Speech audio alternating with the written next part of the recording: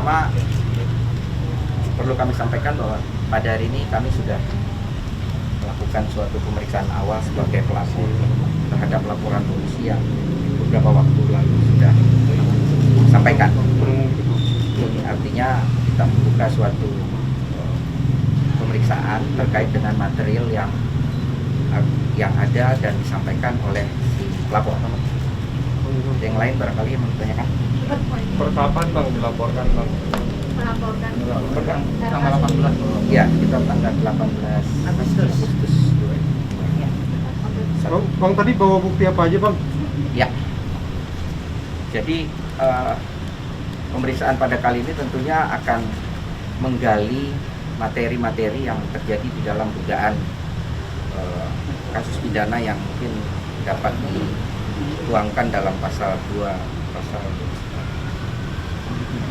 76B sama 77 Undang-Undang Perlindungan Anak. Pasal itu adalah suatu pasal yang membuka delik tentang penelantaran anak.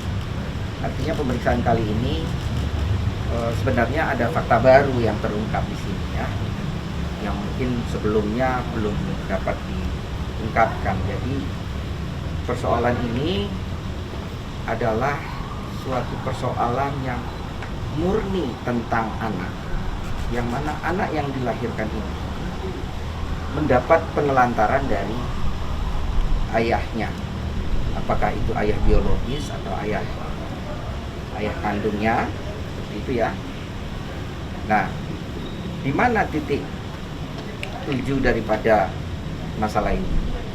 Nah, penelantaran itulah yang dijadikan suatu unsur yang mana didapat suatu fakta atau temuan baru bahwa sebelum terjadinya penelantaran anak ini, bahwa ada upaya-upaya dari klien saya yang memberikan kesempatan kepada terlapor untuk supaya dia menjalankan tugas hak dan kewajibannya.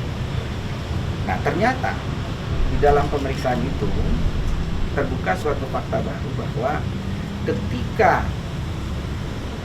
si klien kami ini hendak mengkomunikasikan tentang anak ini kepada terlapor, ternyata upaya yang dilakukan klien saya ini juga dihambat oleh keluarga besarnya. Artinya di sini kami dapat mengembangkan peristiwa ini bahwa apa yang dilakukan oleh si Reski ini juga sebenarnya dibantu oleh keluarga besarnya. Artinya tidak menutup kemungkinan perkembangan di dalam pelaporan kami ini akan dibuka dengan pasal baru, yaitu tentang 55 penyertaan. Apakah di penyertaan itu ada persekongkolan ataukah ada pembantuan yang melawan secara hukum, itu tentunya akan menjadi bahan penelitian lagi untuk pihak penyidik, di mana kemungkinan kasus yang dilaporkan ini bisa berkembang menjadi 2 atau 3 tersangka ke depannya. Seperti itu. Apa ini keluarga sendiri itu siapa sih Keluarga mana? katanya ada bantuan dari keluarga, persekongkolan dari keluarga. Ya, artinya ketika komunikasi ini hendak dibangun secara positif, tapi malah yang diterima itu diblokir, ditutup, komunikasi diputus, sehingga hubungan antara kepentingan anak dengan orang tuanya ini juga menjadi terhambat. Artinya ada 2 peristiwa yang bisa ditekankan di dalam kejadian ini. Yang pertama, di mana ada seseorang yang pada saat ini sangat mati-matian untuk mencari suatu kebenaran dan keadilan. Tapi di sisi lain ada juga satu orang yang sibuk lari dari muka hukum untuk lari dari pertanggungjawaban. Poin yang ingin saya sampaikan seperti ini, bahwa saudara terlapor ini kan sebenarnya juga sudah dipersoalkan di secara keperdataan ya Pak, yang mana ujung-ujungnya juga ada tes DNA di sana. Saya memberikan pilihan sebenarnya kepada terlapor atas sikapnya selama ini. Mau ini dia lakukan tes DNA secara sukarela, melalui PN Tangerang ya. Atau dia mau menyudutkan dirinya pada upaya paksa. Karena di pihak kepolisian ini, upaya paksa itu sangat dimungkinkan. Artinya dengan penjemputan, diantar betul ke rumah sakit. Itu juga menjadi hal yang menurutku perlu dia pertimbangkan secara matang. Sebab ada dua pilihan ini ya. Terhadap dua pilihan itu menurut saya juga bahwa terlapor ini masih berupaya untuk bersembunyi di dalam satu daun ilalang. Artinya dia sudah tidak punya pilihan. Kalau kami bisa menasihati mereka secara baik, artinya hadapi saja, selesaikan secara singkat, efektif, dan persoalan ini menjadi selesai. Dan itu jauh lebih banyak manfaatnya daripada mudaratnya dengan mengembangkan suatu isu-isu baru, mendiamkan suatu proses orang untuk mencari keadilan. Ya. Dan saya tidak selalu di dalam menyikapi persoalan ini, saya selalu membuat kompartemen yang jelas. Saya membedakan rezim sang ibu dengan rezim sang anak. Logikanya begini, katakanlah Bu Weni yang bukan datang ke saya. Siapa namanya? Keke. Keke diantarkan tetangganya ke kami, dari saya. Proses ini tetap saya jalankan. Jadi jangan dilihat ini suatu hubungan sebab akibat. Nah, kalau itu terjadi ini akan membingungkan. Artinya ini ada lahir anak kecil yang harus kita akui, anak kecil itu juga bagian daripada manusia. Yang mana di dalam diri manusia itu ada kebutuhan. Kebutuhannya apa? Kebutuhan primer, kebutuhan sekunder. Kebutuhan primer, ada sandang, ada pangan, ada papan. Sekunder apa? Ya hiburan, belum lagi sekolah, kesehatan, dan lain-lain. Karena ini adalah suatu anak yang belum bisa dia untuk mendirikan haknya secara utuh. Maka orang yang mempunyai kepentingan di situ dan dia mempunyai tanggung jawab, ya suka tidak suka harus dia lakukan. Dan bukan cara yang bijaksana dengan hanya bersembunyi pada suatu ruang dan menghindari suatu argumentasi. Bang, tidak adanya surat nikah mungkin jadi kesulitan tersendiri nggak sih? Tidak ada sulit sama sekali. Pasca putusan MK pasal 42 ayat 1 justru memberikan jalan tol bagi kepentingan anak. Putusan MK tidak melihat siapa ibunya, bagaimana perkawinan ibunya, tidak.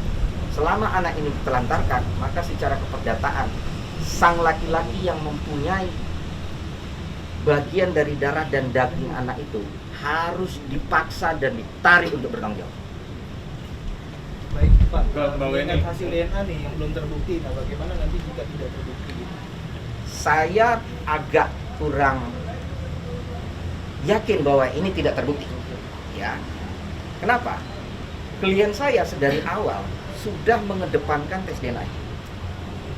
Tapi justru itu suatu hal yang kebalikan dilakukan oleh terlapor. Artinya apa? Secara logika, dia tidak mau melakukan tes DNA karena takut jati dirinya terbuka di situ. Jadi dia masih mencoba. Tapi itu bukan suatu hal yang saya yakin akan mudah untuk dia lalui, tidak. Pilihannya dua, you mau lakukan secara sukarela atau secara paksa. Kalau mau secara paksa ya nggak apa-apa, akan mencerminkan bahwa Anda bukan warga negara yang patuh dan taat. Dan itu sudah menandakan siapa dia. Ada batasan waktunya nggak sih untuk tes DNA sendiri dari pengadilan? Tidak ada, hanya kami saja yang belum melakukan proses untuk tes DNA itu karena kami anggap ada beberapa proses yang harus kami jalankan dan itu jauh lebih penting. Ya. Bahwa ini Bahwa ini- mungkin Bahwa ini tadi ada Rasa beberapa buntu nggak pertanyaan, sih Mbak. bahwa ini kan perdatanya mungkin Reskinya nggak ada jawaban nih sampai akhirnya sekarang ngelaporin di kantor polisi gitu. Sebetulnya bukan buntu ya, perdata masih kita jalani gitu kan. Dan Reski mau tidak hadir di pengadilan pun nggak ada masalah, dia sudah diwakilkan kuasa hukumnya. Tapi kan ada jawaban di PN itu yang summary-nya adalah dia menolak DNA, itulah makanya kita melakukan langkah hukum ini Ya, Bang, ya. hanya karena dia sudah mencoba untuk Menolak. menolak. Walaupun nanti juga secara logika di PN juga akan dipertanyakan kenapa you nolak. Tapi kami masih mempunyai suatu jalan yang lebih sahih, yang lebih tidak terbantahkan, yang lebih tidak menimbulkan suatu argumentasi lain. Apa? Ya ketika nanti penyidik akan memerintahkan dengan suatu upaya paksa untuk dilakukan tes DNA. Sudah nggak bisa kemana-mana. Kalau ini tadi ada berapa pertanyaan dari polisi? 60. Berapa mau ini? Terkait apa aja mungkin bahwa ini? Sama lah, perkenalan awalnya seperti apa gitu kan. Terus bagaimana Reski mengenal Keke gitu kan. Sama seperti yang saya sudah sampaikan ke teman-teman sebelumnya. Kurang lebih seperti itu. Berapa pertanyaan tadi Mbak Weni mau? 60-an lah. 60. Kak Weni untuk kondisi anak sendiri sempat mengetahui nggak untuk berita-berita seperti ini, apa Kak Weni sendiri kayak menghalang? Tahu. Karena saya juga sudah tidak bisa protek ya, ada dari handphone, dari TV segala macam. Cuman saya tidak ungkit kasus yang sebenar-benarnya karena belum cocok aja lah materi. Saya hanya yang ringan aja sih. Berarti memberi kayak keterangan kayak penjelasan ke anaknya seperti apa sih Kak? Kayak Bahwa ibunya sedang berjuang. Bahwa ibunya lagi sedang berjuang. berjuang. Keke tahu sekali hal itu, tahu banget. Sampai kapan? Keke sudah paham. bahwa ini sampai hari ini mungkin Reski juga belum mengeluarkan satu kata pun gitu. Mungkin Mbak Jawab ya. Betul ya Bang jawab. Bang jawab Pak. Jawab Bang. Saya sudah sering diwawancara Bang. bahwa ini Ayo Bang.